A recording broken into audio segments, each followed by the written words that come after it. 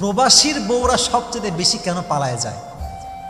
আর যত উল্টাপাল্টা দেখবেন বেশিরভাগ প্রবাসীর বউরা করে, হয়তো টাকা নিয়ে চলে যায়, কিংবা দেখা যাচ্ছে যে পরকীয়া করে, বা যুবকদের সঙ্গে অবৈধ সম্পর্ক করে। এরকম মেয়ে বাংলাদেশে আছে না নাই? আচ্ছা, আজকে আমরা এই বিষয়টিকে একটু হাইলাইট করব।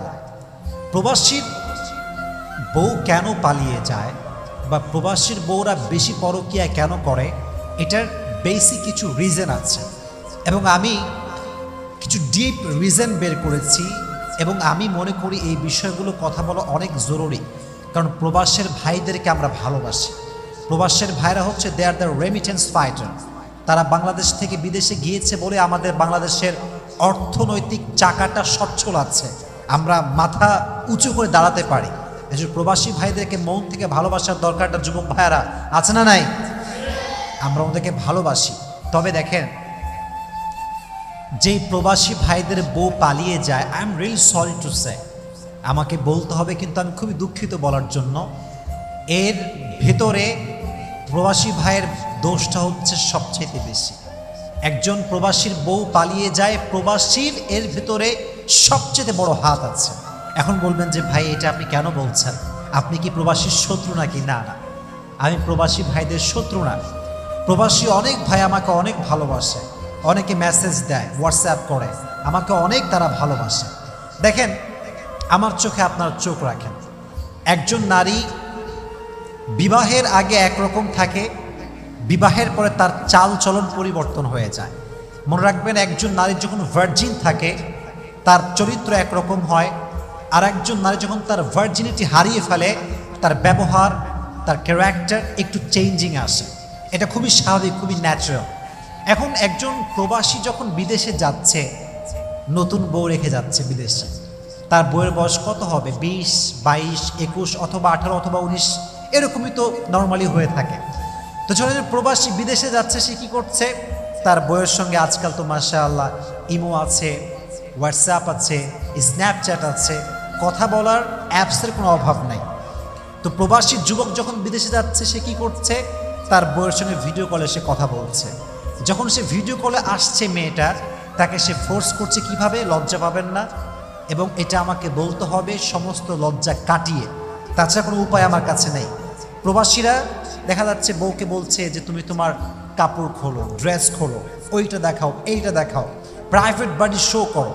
তো যখন একজন প্রবাসী স্ত্রী দেশ থেকে বিদেশের মাটিতে তার স্বামী আছে, যখন সে ইমোতে বা হোয়াটসঅ্যাপে বা ফেসবুকে মেসেঞ্জারে ভিডিও বা তার কাপড় খুলছে, এটা কিন্তু সোশ্যাল মিডিয়া প্ল্যাটফর্ম।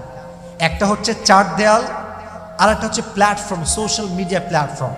যখন সে এগুলো করছে, তখন তার ব্যক্তিত্ব নষ্ট হচ্ছে, সে তার লজ্জা হারিয়ে ফেলছে, সে তার ক্যারেক্টার হারিয়ে ফেলছে। ফলে তার যে সতীত্ব আছে, তার যে ব্যক্তিত্ব বোধ আছে, তার যে পার্সোনালিটি আছে, ক্যারেক্টার আছে, এটা চিপ হয়ে যায়, সস্তা হয়ে যায়। সে খুবই ইউজ টু হয়ে যায় যে বডি শো করা, উলঙ্গ ছবি পাঠানো, এটা করার কারণে তার চরিত্র দিন দিন নষ্ট হয়ে যাচ্ছে। এবং সবচাইতে বড় ভুলটা কি জানেন? একজন নারী যখন প্রবাসের স্বামীকে তার শরীর দেখাচ্ছে অনলাইনের মাধ্যমে, শি বিকেম মোর এক্সাইটেড।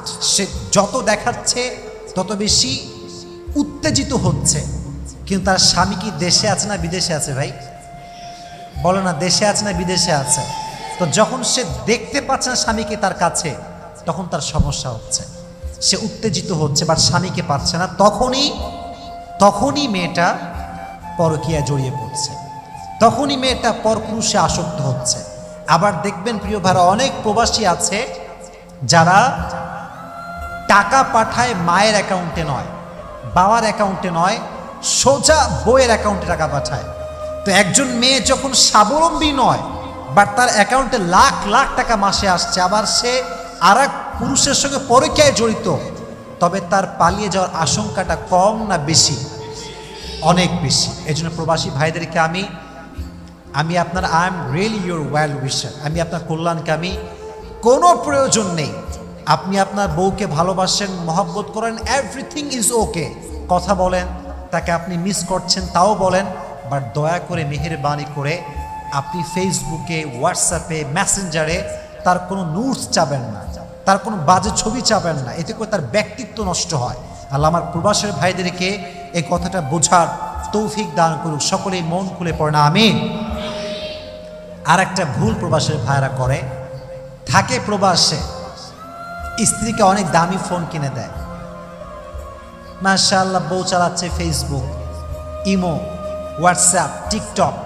আচ্ছা বলেন তো, টিকটকে কি ভালো ভিডিও বেশি থাকে না খারাপ ভিডিও বেশি থাকে? বেশিরভাগ ভিডিও অশ্লীল থাকে।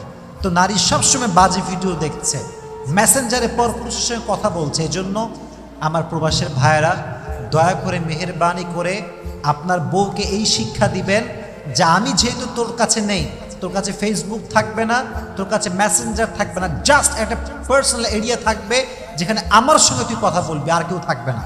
এটা প্রবাসী ভাইদের জন্য খুবই জরুরি। আল্লাহ প্রবাসী ভাইদেরকে বোঝার তৌফিক দান করুক, সকলেই পড়া আমিন।